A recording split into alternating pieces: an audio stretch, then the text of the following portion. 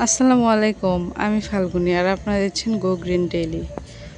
এইটা একটা ছাদ বাগান। এই বাগানে একটা লেবুর গাছ আছে, অসংখ্য লেবু ধরে আছে এখানে। এখানে আছে একটা পেয়ারা গাছ, পেয়ারা গাছেও অনেক পেয়ারা, কিন্তু সব ছোট। এই পাশে আম গাছ, এই ছাদে অনেক গাছ আছে। আম গাছে আম ধরেছে অনেক, অনেক কোয়ালিটির আম। আনারস গাছ, আনারস গাছেও আনারস ধরে আছে। এই গাছে অনেক বড়ই হয়েছিল, অনেক, অসংখ্য বড়ই খেয়ে ডাল ছেটে দেওয়া হয়েছে, আবার ডাল হচ্ছে, নতুন ডাল।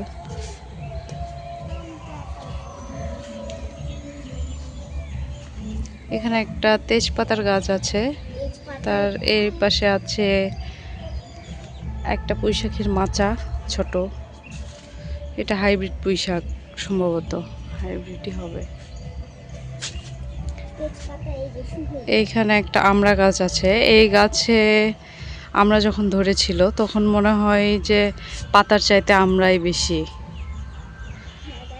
এখানে একটা খেজুর গাছ আছে, এপাশে আখ।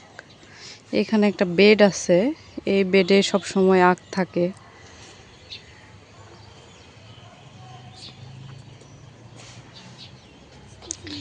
মেহেন্দি গাছ, মেহেন্দির জন্য বাইরে কোথাও যাইতে হয় না।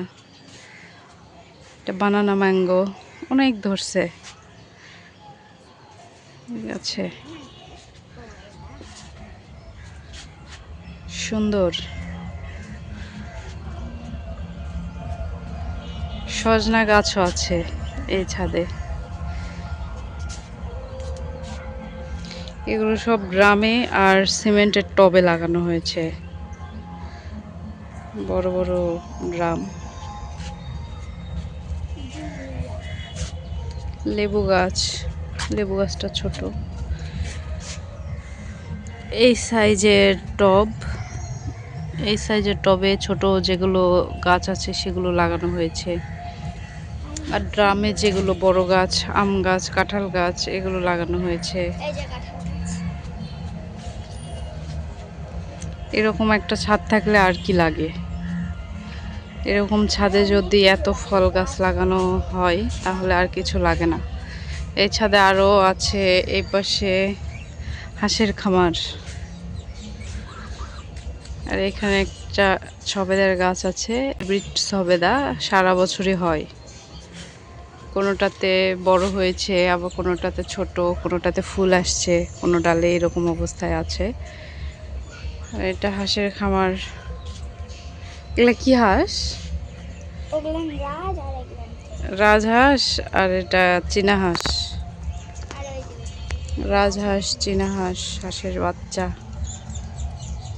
সব আছে। সবাই ভালো থাকবেন, আল্লাহ হাফেজ।